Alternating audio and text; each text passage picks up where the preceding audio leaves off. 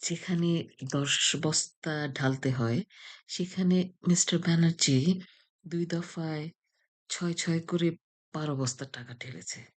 আর প্রতিদান স্বরূপ উপরওয়ালা যে কথা রাখেনি, তা নয়।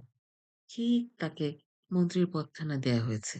সাথে নতুন গাড়ি, তার থেকেও ১০ গুণ ধুরন্ধর একটা পিএস। যত বুদ্ধি দেবার এই পিএস ব্যাটাই দেয়। আজ বলল হোটেল মেরিনাতে নেমন্তন্ন আছে। সুন্দরী, কম বয়সী কিছু মেয়েছেলেও রাখা হবে। কি আনন্দ! এত সুখ! মন্ত্রিত্ব না পেলে এই দুনিয়ার খবরই জানত না মিস্টার ব্যানার্জি। ওই রাস্তায় দাঁড়িয়ে মিটিল মিছিল করেই বাকি জীবনটা পার করতে হতো। মরার সময় চিকিৎসাও জুটত না। আর এখন মরার পর শোকসভা হবে, বনানীতে দাফন হবে, চিকিৎসার জন্য বিদেশ পাঠানো হবে। কিন্তু এসব কি ভাবছে সে? মৃত্যু, দাফন, চিকিৎসা, কেন? এসব চিন্তা কেন? জীবনটা তো পড়েই আছে। মাত্র ৭০-এর কোঠায় পা দিয়েছে। এ আর এমন কি বয়স? আর জাওয়ানি তো শরীরে নয়, জাওয়ানি হলো মনে। মন ফুরফুরে থাকলেই সব ভালো থাকে। বয়স তো একটা সংখ্যা মাত্র।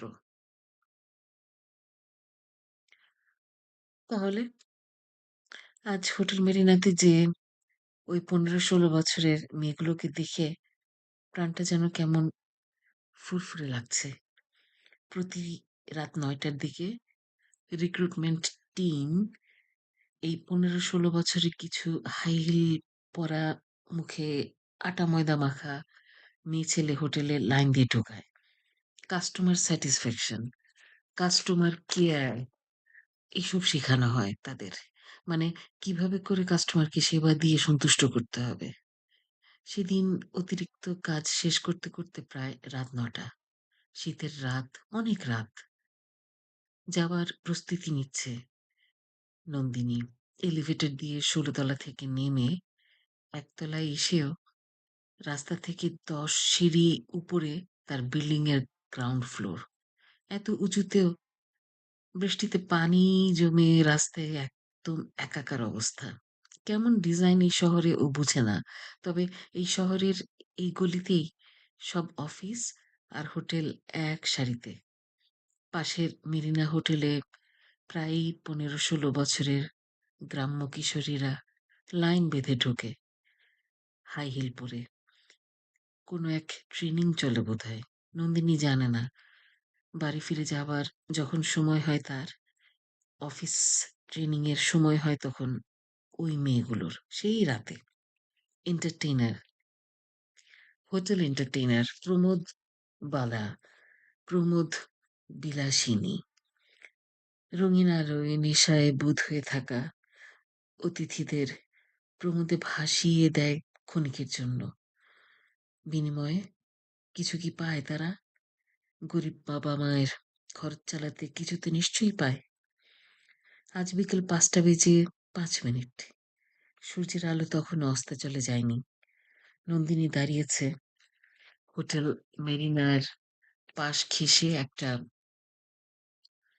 এই রাস্তার সামনে ৩ ফিট দূরে তার অফিস থেকে ছোট্ট একটা ফুটপাতের মতো জায়গায়। হোটেল থেকে বের হলো হাউস একটা মোটাসোটা লোক।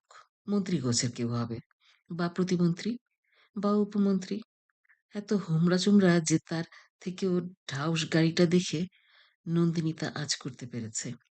তাকিয়ে দেখছে ভিআইপিদের ঠাঁট। বৃদ্ধ মন্ত্রীখানা কুঁজো হয়ে গাড়িতে উঠে বসলো। আর তার ওই পাশে তার পিএস, তার মতোই বয়স। নন্দিনী তাকিয়েই দেখছে তাদের। এই প্রথম না ভিআইপি দেখল, এবং এই ভিআইপি একদমই প্রোটোকলবিহীন। আজ মেরিনা হোটেলে এসেছে লোকটি কোনো কাজে নাকি ইফতার খেতে? তারা তো আবার সাদা পাঞ্জাবি পাজামা ছাড়া অন্য কিছু পরে না। খুব সাদাসিধে পোশাকে তাদের অসাধাসিধে জীবনযাপন যেন কেউ টের না পায়। তাই তো এই ধরনের সাজসজ্জা। গাড়িতে পিএসটা উঠে বসাতেই ঘাটটা ঘুরালো পিছনে। নন্দিনীকে এক নজর দেখল। কেন? মন্ত্রী মহোদয় বিড়বিড় করে কি যেন বলল। তারপর নিজেও টেরা চোখে তাকালো নন্দিনীর দিকে। হয়তোবা নন্দিনীর নাদুস-নুদুস বুবু দেখে ভাবছে, মেরিনার মেয়েগুলো কম বয়সী হলে কি হবে? এই মেয়েটির মতো এত মাংস তো শরীরে রাখে না। এই মেয়েটির গায়ে যে মাংস দেখেই বোঝা যায় দিনে ৩ বেলা খেতে পায়। শুধু খেতেই পায় তা না, গোশত দিয়ে ভাত খায়। না হলে এত চর্বি জমে কোথা থেকে? নন্দিনী মন্ত্রীর টেরা চোখের স্ক্যানিং দেখে আর পিএস এর মাল ডিটেক্ট করার পারদর্শিতা দেখে হতবাক হয়ে গেল। মেরিনা থেকে খেয়ে-দেয়ে প্রমোদিনী দ্বারা বিলাস ব্যসনে ক্ষণিক সময় কাটিয়ে কই না বাড়ি চলে যাবে তা না, রাস্তায় দাঁড়ানো গোলগাল গোছের নন্দিনীকেও ট্যারা করে দেখে পিএসকে মন্ত্রী বলে তার নিজের মনের গোপন খায়েশের কথা। পিএস তাকিয়ে আবারও স্ক্যান করে। নন্দিনীকে সে ভালো মতো দেখে। মন্ত্রী মহোদয়ের এই মাল পছন্দ হয়েছে। কিন্তু একে তো ধরা এত সহজ হবে বলে মনে হচ্ছে না। হোটেলের সামনের পাশে সেই অফিসের শেষের দিকে দাঁড়িয়ে আছে। হয়তোবা তার অফিস শেষ, তাই এখন অপেক্ষা করছে তার গাড়ির জন্য। তো কি হয়েছে, অফিস শেষ হয়েছে? হ্যাঁ, হয়েছে। হাবভাব তো মনে হয় মেয়েটি নিজেও একটা ভিআইপি। কাছে যেতেই আরো ১০ খানা প্রোটোকল লাগবে। না, কিসব ভাবছে অযথা। এই মেয়েটির আর এমনই বা কি আছে? স্যাম্পল দেখে রাখলো মন্ত্রী মহাশয়ের পিএস। এরকম স্যাম্পল যে হোটেলে সাপ্লাই দেয়, না হয় একদিন সেখানেই যাওয়া যাবে।